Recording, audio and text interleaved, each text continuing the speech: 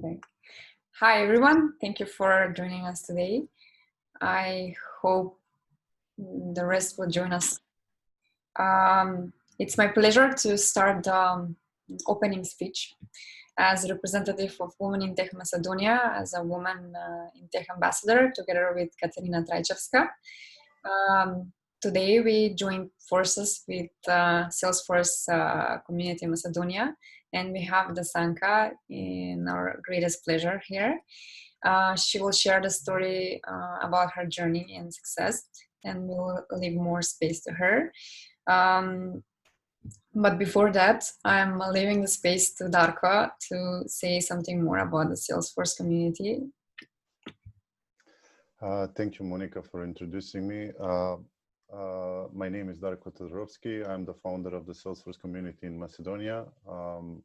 More about me is that I'm 8 years in the Salesforce ecosystem, and I'm like so happy to see like quite a lot of people joining this event, which represents in my mind as a bridge between the Women in Tech Macedonia and the Salesforce ecosystem in general. I just want to sum up the flow of the event itself. We're gonna have like our introduction as we are having it now. Then Desanka will be talking just a little bit, like maybe 5 to 10 minutes about the Salesforce.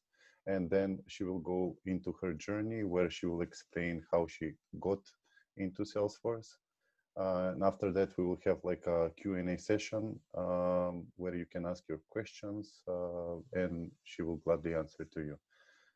So no further ado, I'm so happy to hear the story of the success, the journey to Salesforce. So nice to meet you, Desanka. You can take over. Here we go. Yeah. Hi, everyone, and thank you, Monica and Darko, for the invitation. I'm extremely excited to meet people on this call, and I really hope people will have good takeaways from today's hour. We'll try to make it fun, I promise. So let me start by introducing myself, and then I'll tell you more about Salesforce and then a little bit about my journey. But introducing myself doesn't go without introducing my family, or my purpose, what motivates me, certainly who I strive to make proud. So this is myself and Vladimir, my husband. I ended up marrying my high school boyfriend, for anyone interested. We have a 4-year-old Mila, and we actually, if you can't tell, are having a second baby girl coming in October. And this picture is taken in Skopje, my hometown. I'm so sad that I can't be there right now. We had really nice plans to be home for the summer, but here we are in the midst of pandemic, and everybody is just trying to make the best of it. It's really nice to meet everyone. And right now we live in San Francisco. Many call it the city by the bay. Feel extremely fortunate to have an opportunity to be here. We've been here since 2012, and on the way here, we spent some time in Washington, D.C. and Chicago as well. And see this tower here, when it's not a pandemic, this is where I go to work. This is the Salesforce global headquarters. Right now, we're, again, just trying to make the best of the stay at home. But I'm pointing this tower out because we live nearby, like 5-minute walk to here. Mila goes to school here, and Vladimir goes to work nearby. So we've created an environment that worked for us. That was important, that we didn't have commute, and I feel extremely fortunate to work in the tower. In fact, I've seen on the 41st floor, and I can't wait to go back to the office because we have amazing views of the sunrise if you get into the office early enough, or when the sunset in winter is earlier, you get to watch it and it's beautiful. We get to enjoy a park that's right off of the 5th floor of the tower. So again, I feel extremely fortunate to be able to do that. And what I thought you would find interesting is the top of the tower, the 61st floor. Instead of making it fancy conference rooms, Salesforce made it a family floor, call it the Ohana floor. It's got amazing views and a beautiful cafe. They'll even make you a little hot chocolate with a teddy bear. just so that you can get some good time with the family up on the top of the tower. And I definitely take advantage of it. Now, before I tell you my journey and how I got to San Francisco and the Salesforce tower, let me tell you a little bit about Salesforce. Some would say it's the best kept secret in enterprise technology, or generally in software. I don't think people in the US would agree. It's getting really popular here, but it all started with a little apartment in San Francisco, 1999, like many startups do, solving a key question. So Mark Benioff, CEO of Salesforce today, he asked a question like, why isn't all enterprise software like Amazon.com? Think about it, in 1999, enterprise software, or rather software that businesses used to run their operations, was heavy on installing servers and clients, and you know, he looked at the consumer experiences like Amazon.com, and he said, well, you know, people have this experience in their personal lives. Why couldn't they have that experience in their professional life when they go to work, instead of waiting for 20 minutes for a report to load? And so that was the key question he was trying to solve. And then not only that, but you know, in 2007, when Facebook became big, he asked the question again. He said, why isn't all enterprise software more like Facebook? Why couldn't we collaborate more within our enterprise software, the way we collaborate and create connections in our private lives? And so he reinvented the platform yet again, which is so relevant in today's world. And if you want to hear more about the story of Salesforce and how it became, I highly recommend his first book, Behind the Cloud. I'll leave you with some of these links in the presentation. And so as he was solving this question, what ended up happening is Salesforce revolutionized the whole software industry. He introduced a new business model, introduced a new technology model, and a new philanthropy model. And today, you know, 20-something years later, a lot of this is common knowledge, but back in the day, he struggled to even get funding to get started. So what was new was that now software was going to be delivered over the web, and you would pay a license to use it. And we would put trusted customer advisors in place to help you be successful, which now all the SaaS companies do. But at the time, it was revolutionary. And then we'll have a new technology model. Instead of having you know, install your software from a CD and have your servers, etc., we'll take care of all of that. We'll have a multi-tenant infrastructure. When we make changes and upgrades to our platform, everybody will get it. If you make customizations to your applications, you won't get any of that disrupted through our upgrade process. And you know, maybe a similar comparison I could give is we all used to install Word and Excel, and you know, then came Google Docs, and then you know, Microsoft has their own cloud version of their Office products now. So that's the kind of revolution that Salesforce started, and why it has had such an early start to be so successful. And part of why I stay at Salesforce and what motivates me is the philanthropy model. So early on, some would call it neo-capitalism or neo-capitalism. You want to do business with purpose. It really allows for 1% of the time of the employee. So as an employee, I get like 7 days in the year to use to volunteer, 1% of the equity, meaning you know, dollar amounts in grants to nonprofits, and 1% of product. Lots of nonprofits using Salesforce for free. At the time, there it wasn't much. It was just a few people, but right now that translates to a major impact on the environment and society and people's lives at the end of the day. Many have followed this model, but this is part of why Salesforce was successful so early.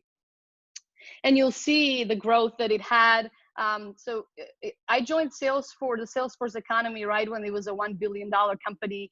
You'll see in the last 7 or 8 years, it is now a $17 billion company. It's got over 150,000 customers.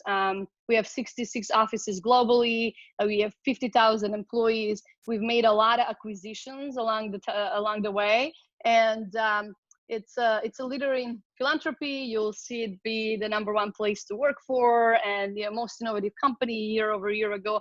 A lot of accolades, but all of these come because of the technology, the underlying technology, and how customers end up using it to transform other industries.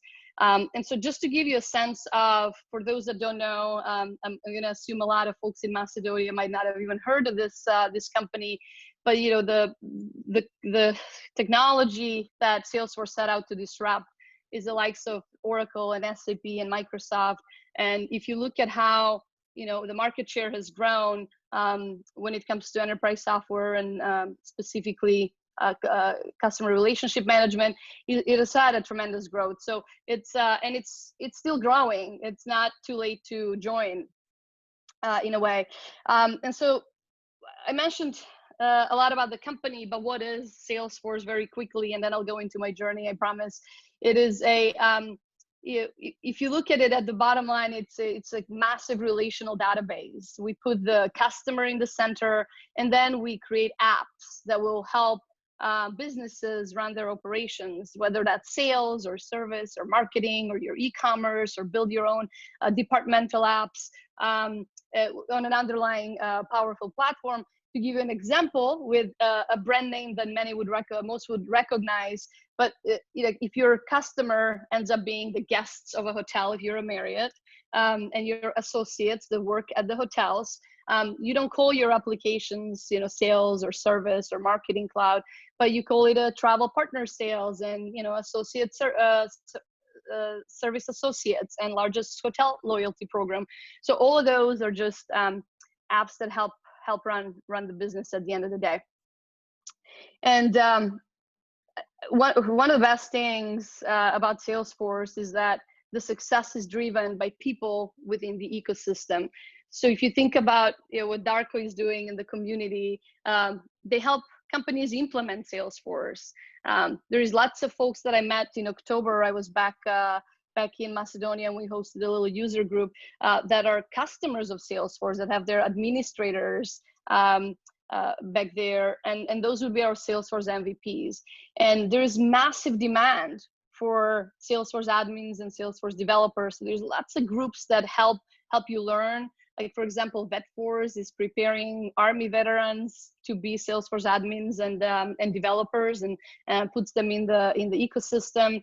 Our ecosystem includes companies that build apps on top of Salesforce, companies that implement. So there's lots of room and lots of need to build out this, what we call trailblazer community. All right, now that's Salesforce, and please ask questions. There's a Q&A option here in the Zoom, and then Monica and Darko will make sure we get to the questions. Let me tell you a little bit about my journey to Salesforce. And you wish it was a straight line to the sunset. Journeys are never that way, and you know better than that. No, it was dark. I had no idea where I was going.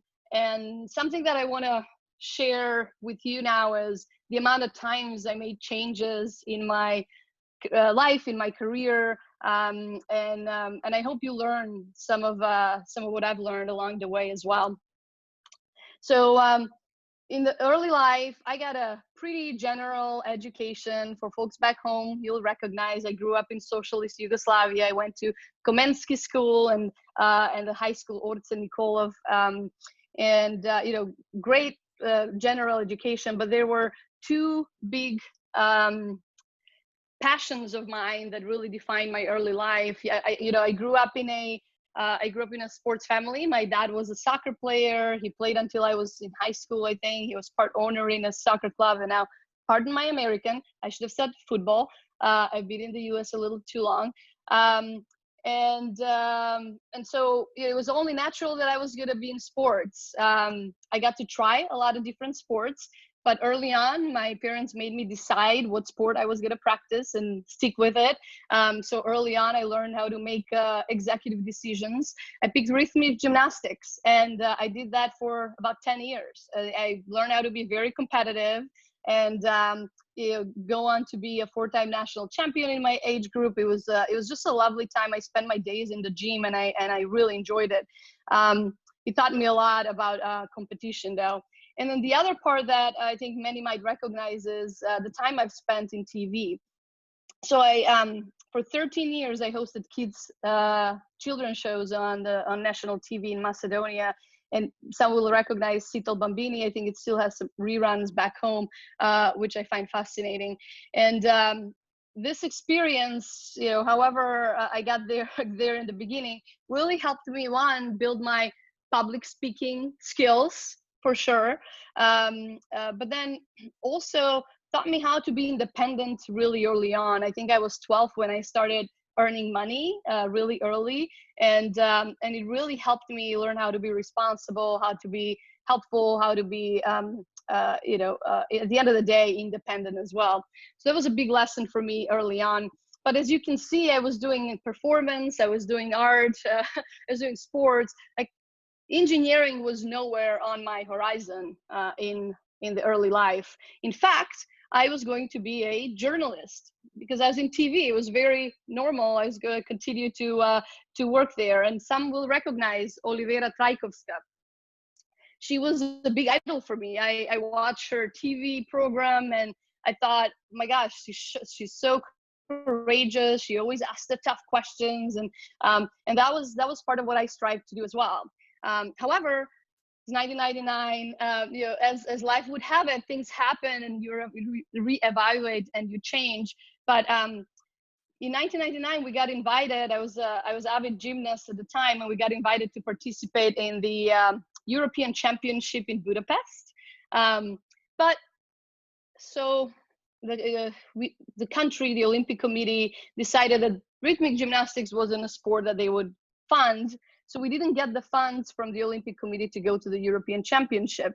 And I can't help but think that this could have been me. I could have been a European Championship. Who knows, but maybe. And it was such a disappointment. And you go through a lot of disappointments in life, and a lot of times those shape what you end up doing. But for me, what that did was it really made me reevaluate my path. I was just about to go in high school and then university. I shortly after stopped practicing gymnastics, and in fact, when I was trying to figure out, where do I go to college, where do I go to university next, I had this desire to go and see the world. I thought, somebody had stopped me from going to Budapest. And so when I looked at what universities I should go to, I wanted to make sure that they would be recognized in the world, that it would open up worlds for me instead of close them. And soon after I learned that with if you went to journalism and you wanted to practice that in another country, you'd have to do additional studies. But if you went and did computer science or mechanical engineering, those would be accredited and you'd have an easier time. And it's maybe a little funny to say that that was one of the decisions for me to go into tech. But welcome to the world of geeks. Computer science, I thought I could do this. And remember I mentioned I learned how to be very competitive early on. And I also mentioned I married my high school boyfriend. He went to study computer science, and I wanted to prove I can do it too. To date, we're very competitive with each other, and we always try to outdo each other. And I find that very healthy and very motivating. So that was maybe another reason. But I went into this world of tech and computer science, and it wasn't something that I had planned, but I took on the challenge, and I had a wonderful five-year program where I learned a lot, the fundamentals of technology, and there are some things that define my student life as well that I want to share. But every time you get a chance to volunteer, whatever that is, definitely helped define my studies. I volunteered throughout my studies for an organization called IAAS. Some would recognize it, some would recognize ISEC or IEEE, but it's the basic is a foreign student exchange program. I got to watch over 250 students go on exchanges to different countries, come back richer with experiences. I got to host a lot of foreign students in Macedonia. It was an amazing experience, but also just volunteering allowed me during my studies to learn business early on. This was a nonprofit, but it doesn't function much different than a business when it comes to, you know, budgeting and planning and execution and operations. So I got a lot out of volunteering in IAAS. What I got out of it as well was what I was yearning for, and that's to see the world.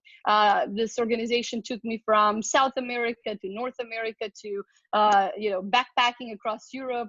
That's from Oktoberfest, through the Middle East and China, and it really opened up a whole world for me. And the other thing that it helped me do was build my experience early.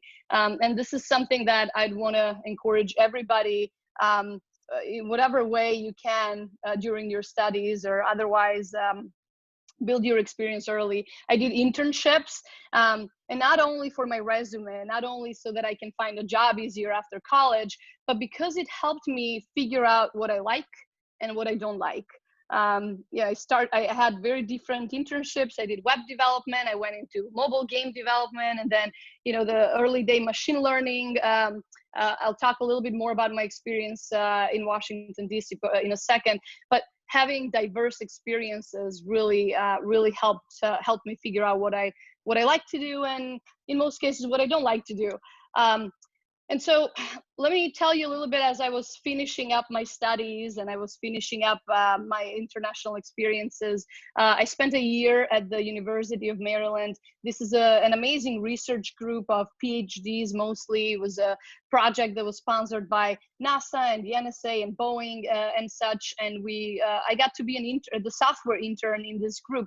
I arrived, and they said, hey, we need you to build us a software that will take a bunch of data inputs and help us visualize predictions if some electronic components would fail in the avionic systems. And it's really scientific formulas, and I had to write software based on it. And they said, oh, by the way, we need it in C++ and application. And I said, well, I have no idea how to write C++ code, but I can write C#, I can do .NET. You know, I know web development. I'm not very, very good at C++. And I realized there's no way I was going to learn it fast enough to actually deliver something during my internship. So what ended up happening is, you know, I ended up having to convince first the chair, Michael Pecht, of this group, that, you know, we were going to write a web software for this. Then I had to collaborate with IT at the university and get a server that we can host so that I could host my software there so that everybody could access it, you know, get budget for it, and then get IT to maintain it. It was quite the project, but it ended up working. We ended up creating software that was used for many years after, and I ended up being offered to do my PhD here. And you know, I don't know if you know, looking back, I don't think I realized that then. You know, being one of two women in this group certainly have maybe influenced some of my decisions, but I just thought, you know, I just did this for a year. I don't want to spend the rest of my life writing code. And something happened. We were presenting our software in the NASA headquarters, and after the presentation, Michael Pecht came out and said, "You should be in sales," he said. And I really disregarded that. I thought it was an insult. I thought I did something like bad, like the presentation didn't go well. I didn't make the software good enough or something. But and I disregarded that at the time. But what happened afterwards was, you know, it kind of helped me understand this is not really what I was going to do for the rest of my life. And so going back to, I changed direction so many times. In fact, I went on to get an MBA. I said, look, I don't want to write code. I'll go into IT, but I need to learn business. And so I went back home. I went back home to Macedonia, and I took my MBA. And as luck would have, I didn't think I would come back to the United States ever. In fact, during the year I was there, I traveled so much. I thought, you know, I got to see this country. I'll never come back. But as luck would have it, you know, going back to personal life decisions and how those happen. But, you know, my partner got a job near Chicago. So I was just trying to find a way to get closer. And so I used all of my connections and resources and people that I knew to try and find a way to get to Chicago and find a role that would work as I was finishing my MBA. And that's how I got to IOR Global Services. This is a small business out in Chicago. What they do is relocation of expatriates, essentially employees that have to move for their job in other countries. They would help them relocate their family, do language training and cultural inclusion. Really interesting, but very similar to what IAAS did. If you think about it, we relocated a lot of students for their internships in places. And so when I joined this company, like in any small business, if you have an opportunity to work for a small business, I think you learn so quickly because you have to wear so many hats. Many times it felt like, I was the IT department, whether there were switches on the server that needed changing, or we needed to decide what telephony to buy, or sales needed support with their RFPs, or I was helping with everything. But what I was brought out there to do was to build a software that will automate the process of relocating expatriates. And we did that. Within a year, we built out a software in .NET and with a couple other people. And what happened was there were some changes, and they said, "Well, can you manage our IT?" I was 25. You think I was ready? No, I was not ready. But it was a stretch assignment, and it was right in front of me, and I took it on. And that's when I got introduced to Salesforce. In fact, I got a lot under me as IT manager, and one of the things I got under me was the 6 licenses of Salesforce that IOR had that their salespeople were using. And so I started to learn more about Salesforce. I started to administer the sales side of things. And then I started to go to some trainings and learn how powerful the platform is. And in fact, just by the way of learning, in about 2 weeks, I built out the whole software that we built out in .NET, the whole thing onto the Salesforce platform in about 2 weeks. It was so easy. It had declarative tools. It allowed me to focus on the user experience, focus on solving problems, connecting people, and not necessarily write code or write very little code to achieve some of those things. And it just made me love development again. It was an incredible shift in my brain. Like, I thought I was never going to go and be in tech and be a developer. And here I am. Like, it made me like it again. And I did my research, and I realized how big of a movement this is. And I really wanted to join the movement. At that time, like, that was my entry to the Salesforce ecosystem as a Salesforce administrator, as a customer. And I thought, look, this is such a fast moving train. I got to figure out if there is a way to get on board. And so what happened was, I did research, and I tried to find, jobs in tech. Like, what are some jobs in tech that I could do? What could I do at Salesforce if I were to join that company? And like, the best thing I could come up at the time was, I think I want to be a product manager. And that's what I do right now. I define requirements. We figure out what we're going to build. Like, I think I'm going to be a product manager. And so what happened was, I got rejection after rejection after rejection. You get the point. I don't think I was going for the right role at the time. Going out of school and having had some experience, I still wasn't aware of the many, many different opportunities one would have in tech. And I was really just trying to apply for a product manager job at Salesforce. I interviewed with Google and Yelp and all these companies, and I wasn't really going anywhere. And what I would like to point out here is the power of connection. I got an opportunity to go to San Francisco to work on a project with the Chicago company. And I wasn't afraid to reach out. I didn't know people in San Francisco. Hands down, some of my international experience made me brave to do some of these things and to move in a place where I didn't know everybody. So building on top of experiences is important. But I just reached out, and for folks that don't speak Macedonian, I'm sorry about that. But I reached out to somebody who was, we went to college together. It was a really simple LinkedIn message. We have a lot of connections together. I'm coming to San Francisco. I'd like to meet up.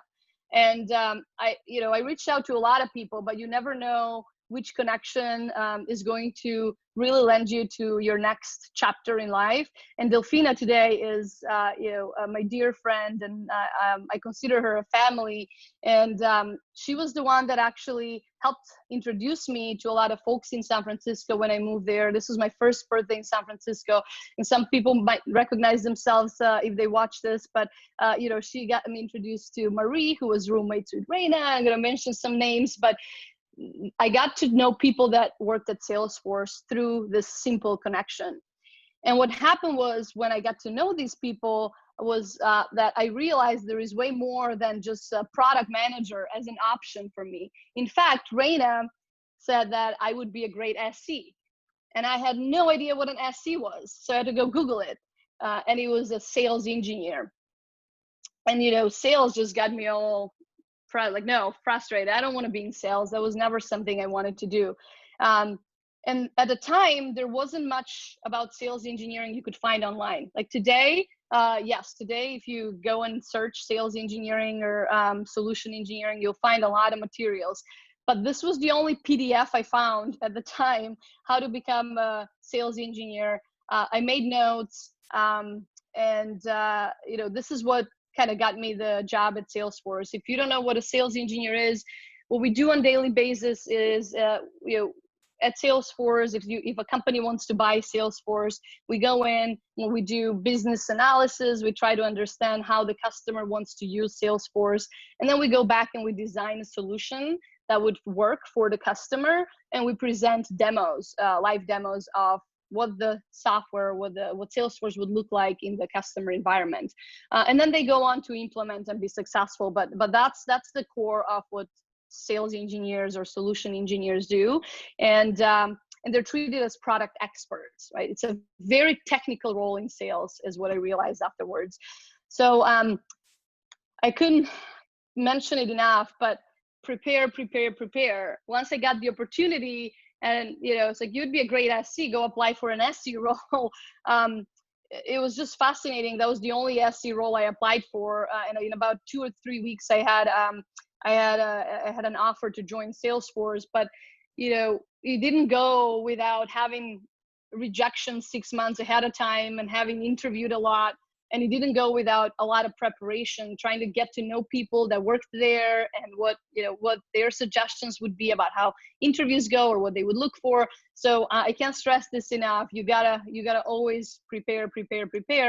And then, in December 2012 was when I got the offer, and I started working there early in 2013 as I was waiting for my visa to transfer. But this was my first Salesforce Ohana. You'll hear us talk about this. Ohana means family in Hawaiian. And when I joined, we were a 3,000 person startup. It was one product, only sales. And there were about 50 SCs that supported the world. Fast forward, it's a 50,000 person company today.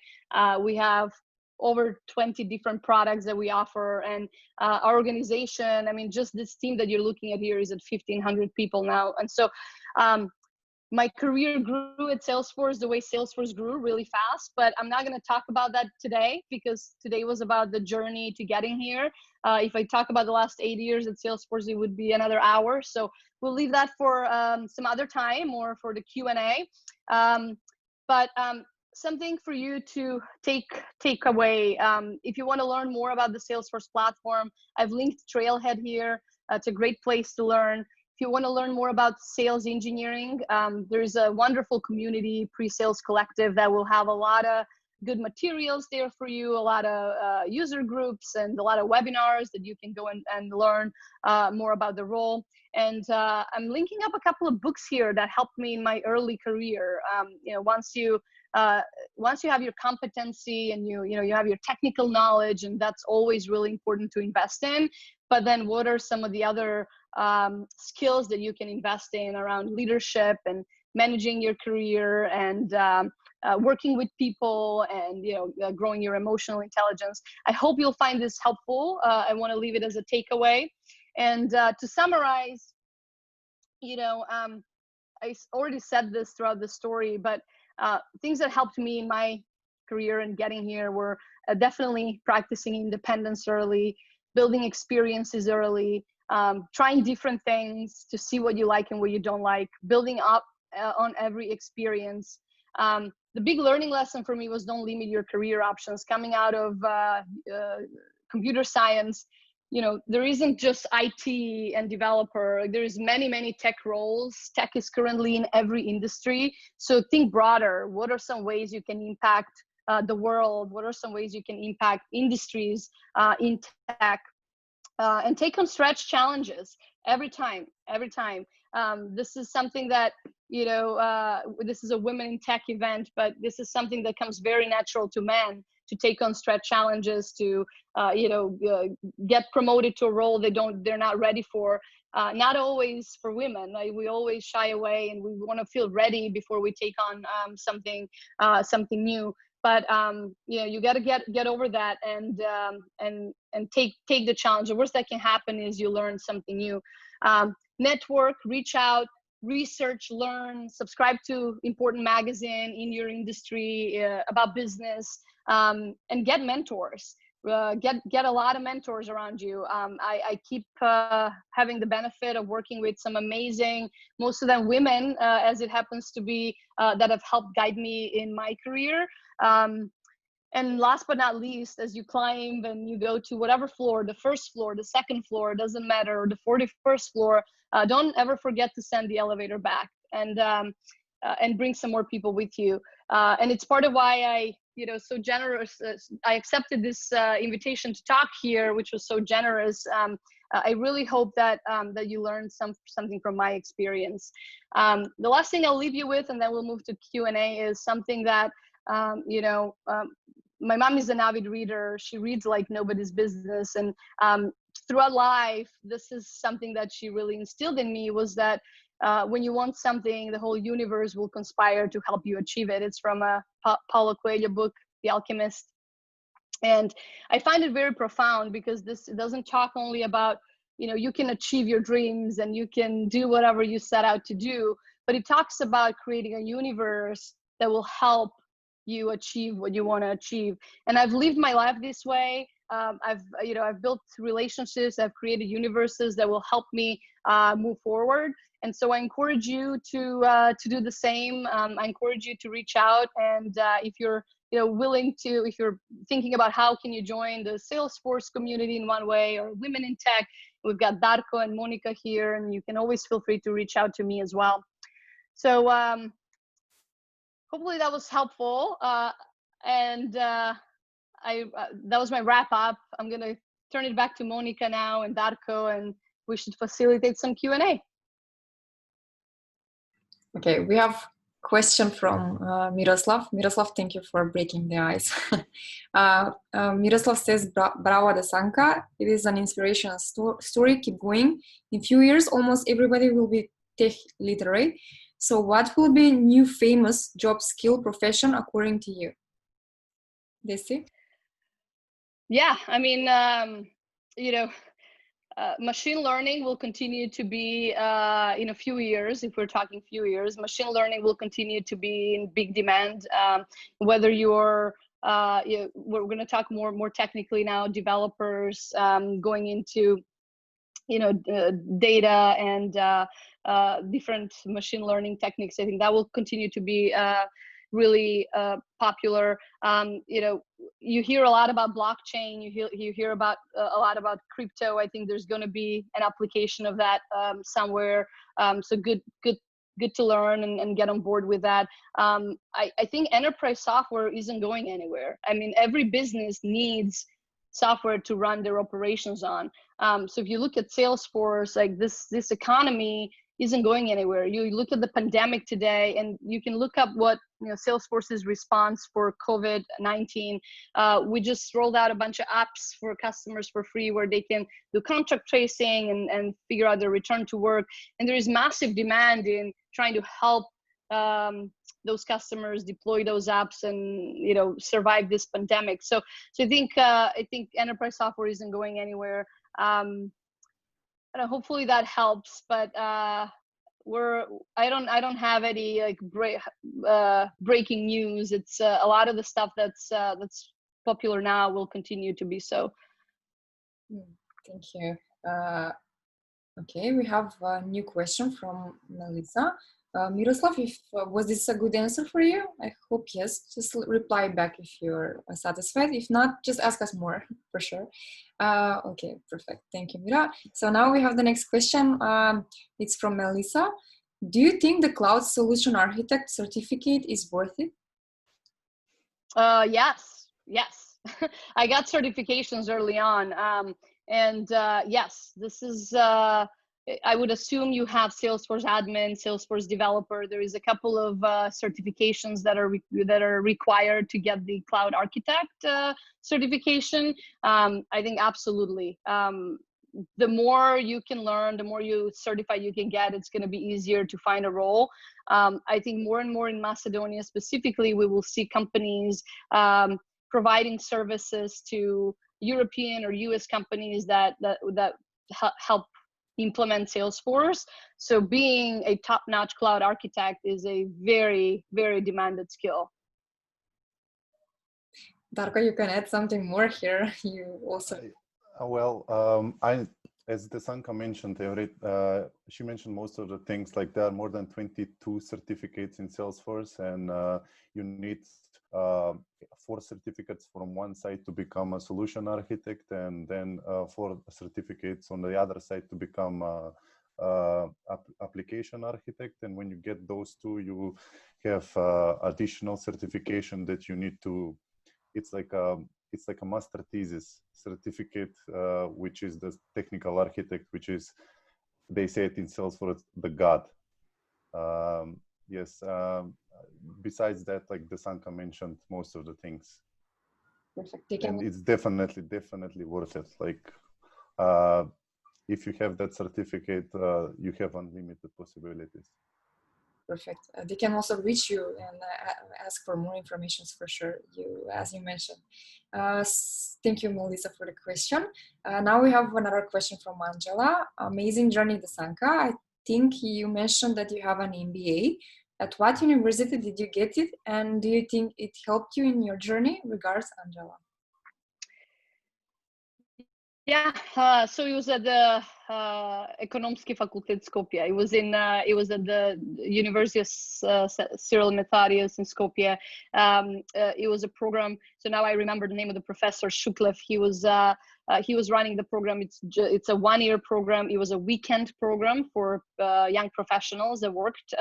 So I did it on weekends. I think it was 9 exams or so, and it was fairly inexpensive compared to programs that I looked at in Europe or the United States. So I decided to do it home. I think we have an amazing education system. I learned a lot, and it absolutely helped me. I will tell you, I did computer science before. I didn't know anything about business, and just the fact that I learned the basics of economy and financials and business, it absolutely helped me be more successful in tech. Because at the end of the day, there's many of us will write code for work, but ultimately what you're doing is you're solving some problems. And to understand the business context, to understand the society context of the problems you're solving, the MBA most definitely helped me do that. Oh, perfect. Thank you, Desi. That was a good answer. Another question from Alexandra Stoyanovska. After spending that many years in the same niche, what do you think is your current percentage of work versus continuous learning? And so this will be interesting to try and calculate if it might be half and half, because and this is funny. I have this laptop on a stack of books. And my mom would laugh if she watches this, because she reads a lot. I didn't even stop to read all of my books in high school, and she would laugh when I say I read books a lot.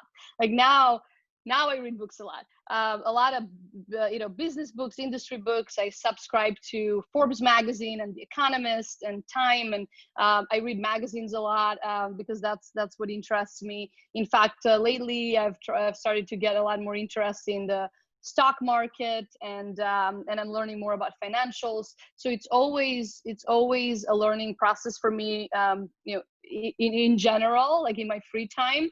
But then when it comes to, and I always think that learning helps me in my day to day and helps me in my career. If you think of what I do today, we consult customers on how to leverage the platform, and all the learning from my business books helps me just understand the customer better in this case.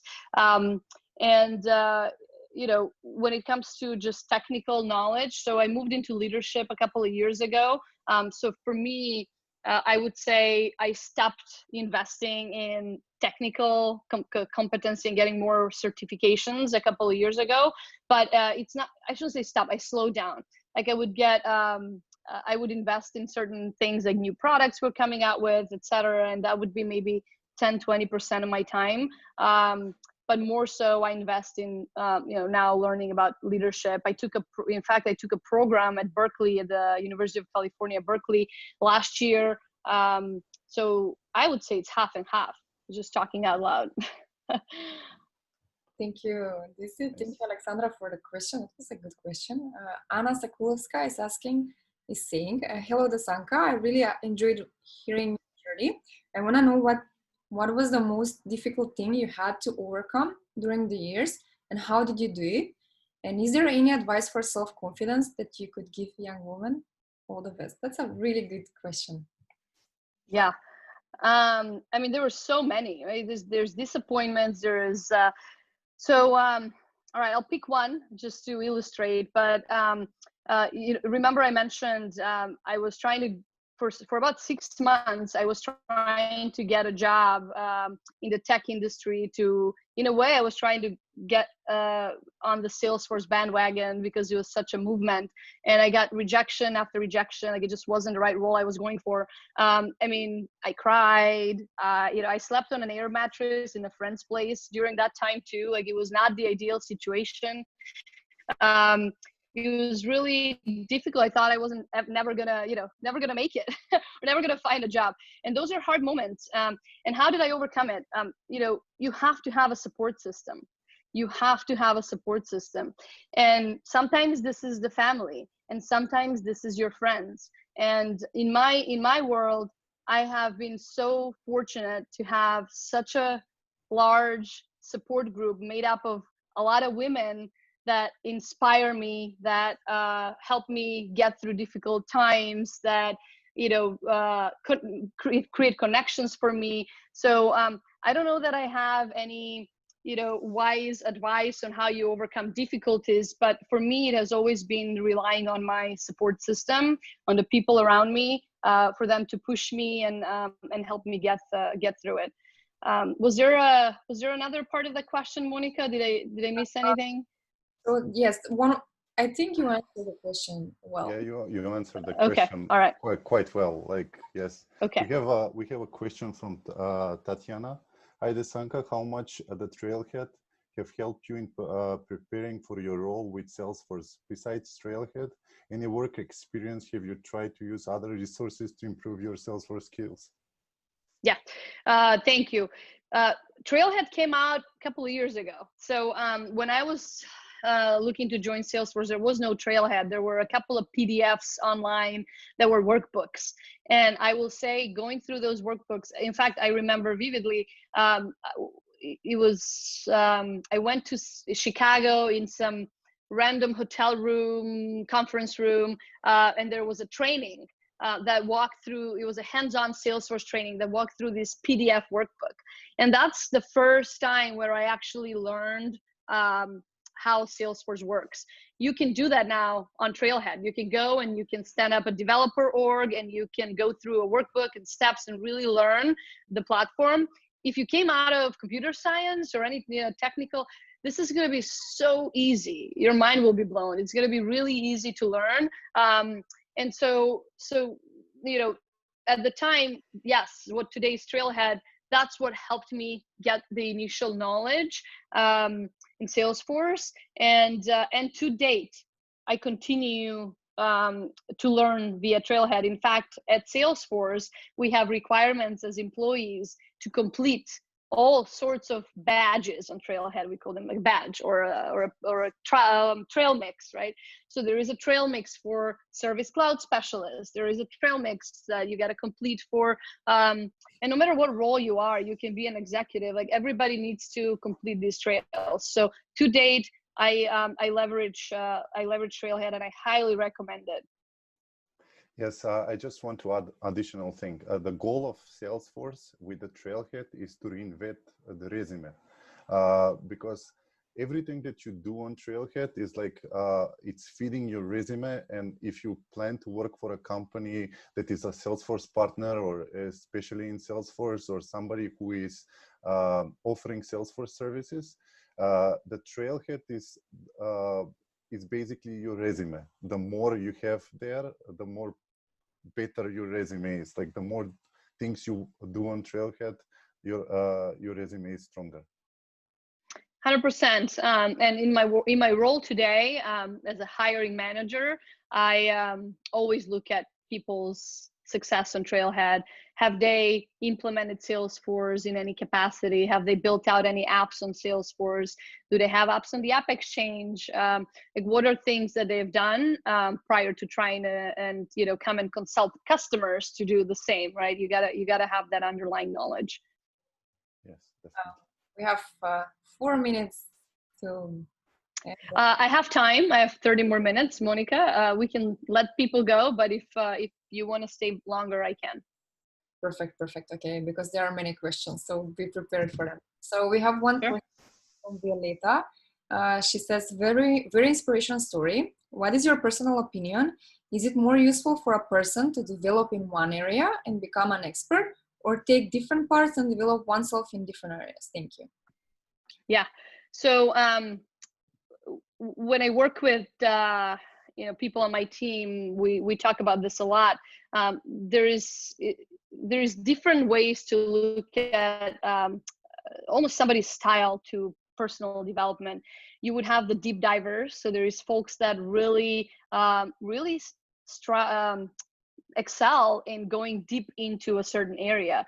Like, it's what they're good at. I have a lot of folks on my team that they're really good at going deep into a certain area, and we call them deep divers. Then there is the explorers. Like, that's more of what my journey has been like. Like, I always try to find something new where I can leverage my skills from a prior experience to learn something new and make an impact. And I thrive in a environment where I see a lot of change. And then there is the mountain climbers, like that's what we call it.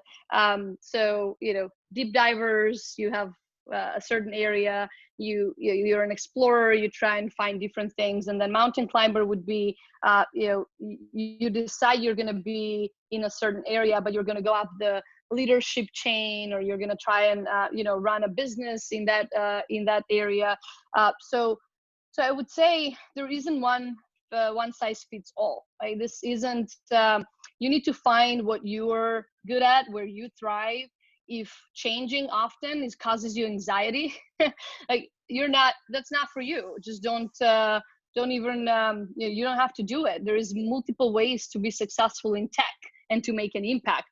Deep divers are incredibly valued resources, or people, I shouldn't call people resources, but very valued part of the team as well. So I would encourage you to think about, what is your style and what do you prefer, and then think about it in those terms.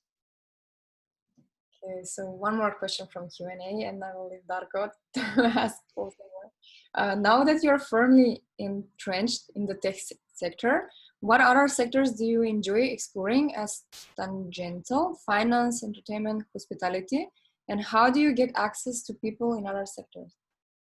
This is from yeah. Well, so this is interesting. A little bit where you are and where you live and what the climate is defines what your interests are going to be. I've been in the Silicon Valley for a long time now, and for me, the whole world of venture capital and investing and starting businesses and supporting businesses is really interesting right now. And I don't know that, you know, if I was here, that if I wasn't here, that would be the case. But you know, that's the environment I'm in. So that's part of what really interests me right now is, you know, I advise young companies on their success. Salesforce has its own ventures arm where, you know, we invest in a lot of companies to build tangential products to our platform. And so I take an initiative to voluntarily advise companies when I can. And the whole world is just very interesting. How do you get access through both business and personal? You want to, something that I mentioned earlier, like I try to read a lot and I try to know people, and this might be something that I bring from home. Like I grew up in a very small country where everybody knew each other, and like for me, building those relationships comes very natural. It's not easy for everybody, and I recognize that, but you gotta make an effort to you know people, who they are, and try to find your connections to them. But it's mostly through, you know, coworkers and friends. Like that's how I get access. Okay, so we will have like one more question, and then we're gonna sum up. I'm sorry if we are not answering all the questions because there are so many questions from everyone. We have a question like, what is the difference between working in Salesforce and anywhere else?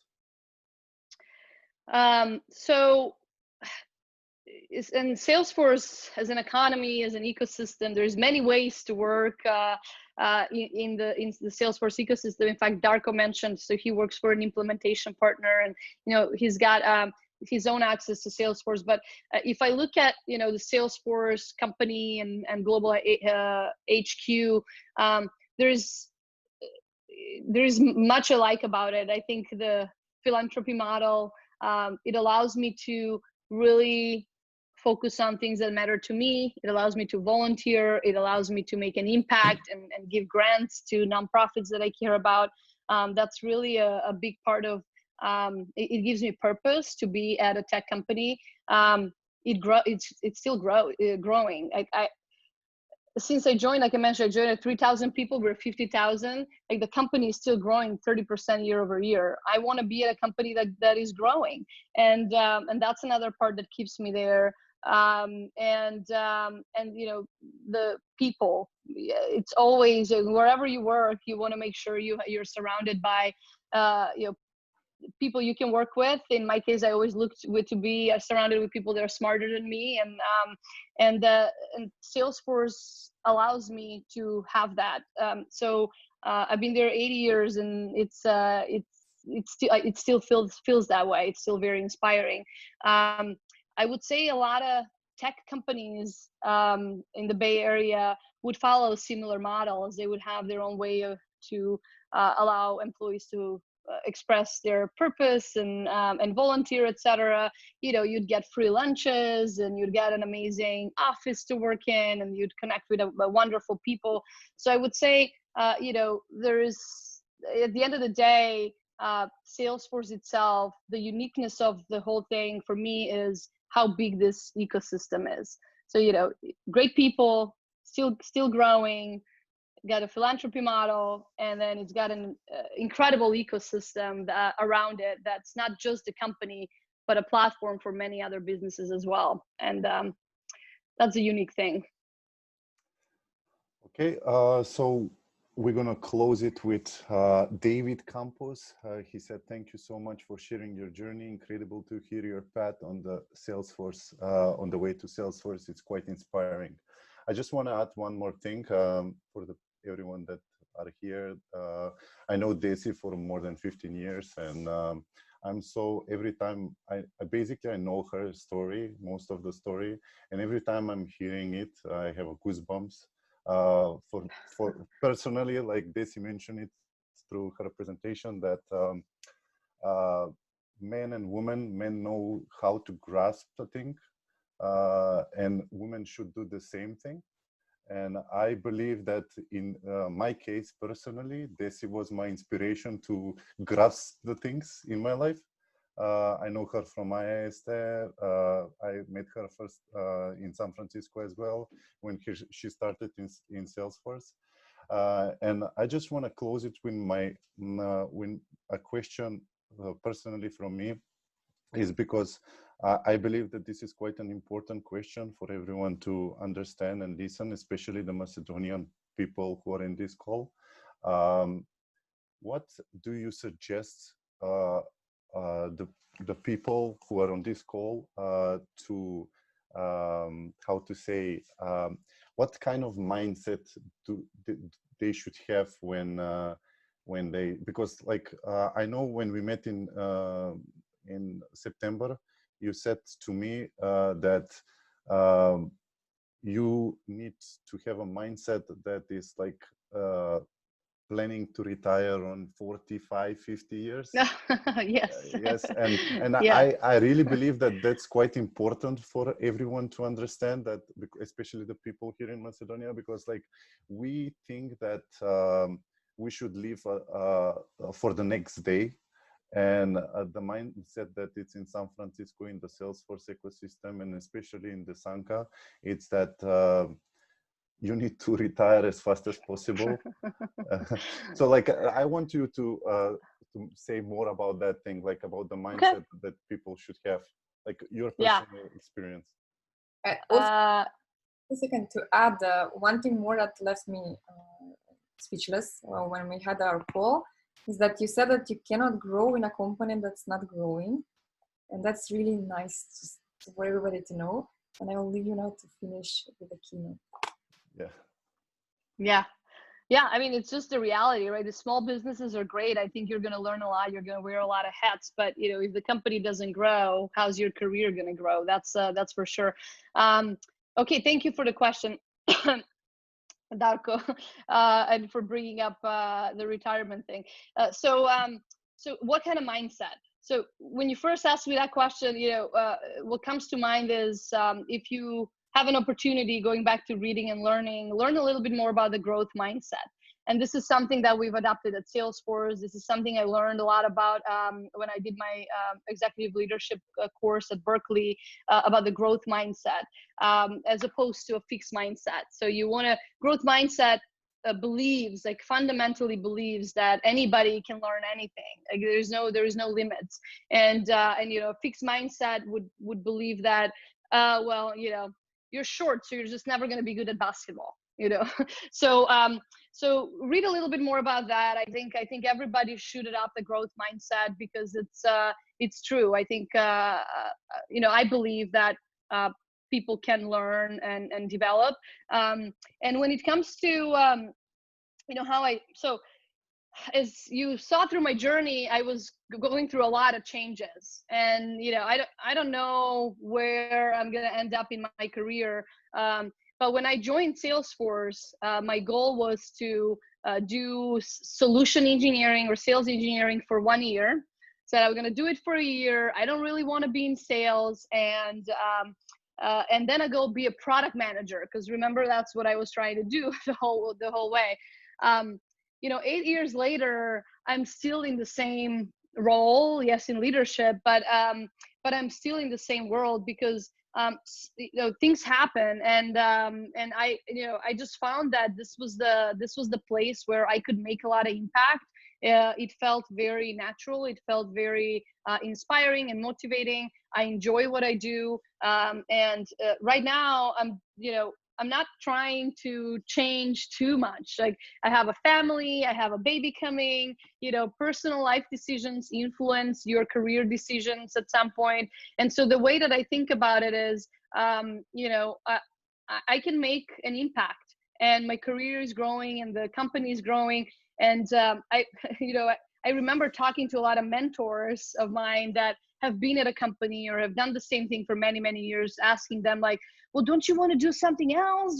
Like, you just learn that, you know, as long as you can make an impact and that makes you happy, it doesn't, it doesn't really matter at the end of the day what you do. And so my mindset has shifted toward more stability and more, how can I grow my impact through what I'm already good at? How can I teach other people? How can I pass the knowledge? Part of why I'm doing this today, I have 2 daughters. How can I inspire them? And so, and yes, like my mindset is, I'm interested in venture capital. I'm interested in investing. I'm interested in finding a way to retire somewhat early from the corporate world, if you will, and do something sustainable. Like I would love one day to have a winery in Macedonia and invite everybody to come along. So, so that's the mindset. Like I'm trying to find ways how I can be more independent and do something that will, at the end of the day, make you happy. I don't know if that's what you were looking for there, but definitely, yes, that's how I think. Yes, that's definitely that's definitely inspiring, not just to me, to the most of the people in this call. There are other questions, and most of them got answered by your last question that I asked. So we're just gonna close this session. But before we close this session, I just want to use you for a few more slides, if that's okay, because you have the control on the slides. Oh yeah. Everyone who is in Macedonia, I encourage you to join the Salesforce community in Macedonia. It was founded in 2019. It has more than 300 members and more than 20 certified professionals. On the next slide, you can see we have a Facebook group page and a chatter group page for the more advanced user. Both of them start with the Salesforce community Macedonia. It's quite easy to join. And I just want to mention it. Yes, we have also an admin group. And I just want to mention the last thing is I want to give like a huge thanks for the moderators that are keeping the community live by daily writing posts, answering questions, and motivating a new generation of people, especially in Macedonia, to get to know the platform, get to know the Salesforce ecosystem. And that's it. Yes, and I just want to say one more huge thank you for everyone who participated, and I want to say a huge thank you to Desanka, who got her time, separated her time just to share her story, her inspiring story. If Monica, all right, well, I hope everyone has takeaways. That's the most important thing, and feel free to reach out. I wish everybody a great day. Yes, and if anything what Monica wants to add, but before that, I just want to mention, if especially for the people in Macedonia, if you really want to learn the Salesforce and you don't know how to learn or where to start, just address the Salesforce community Macedonia. Or if you are trying to learn and you want to start somewhere, there is like a young professional academy, the first Salesforce Academy in Macedonia, which is organized by Code Street. You can just go on the website and check it out. We have administrator and platform developer courses now available. So yeah, that's it. Okay, I just wanted to say thank you, Desi, and thank you, Darko, for this joint event. It's really interesting, and we hope to continue our collaboration in this direction to inspire young women and men in technology. I will share a link. Whoever wants to join Women in Tech Macedonia is always open. We'll have almost every month live session, free and available for everybody. So we'd love to see you again. Last but not least, I would like to ask Desi, one book that changed your life and that you suggest to every woman in tech or girl or man.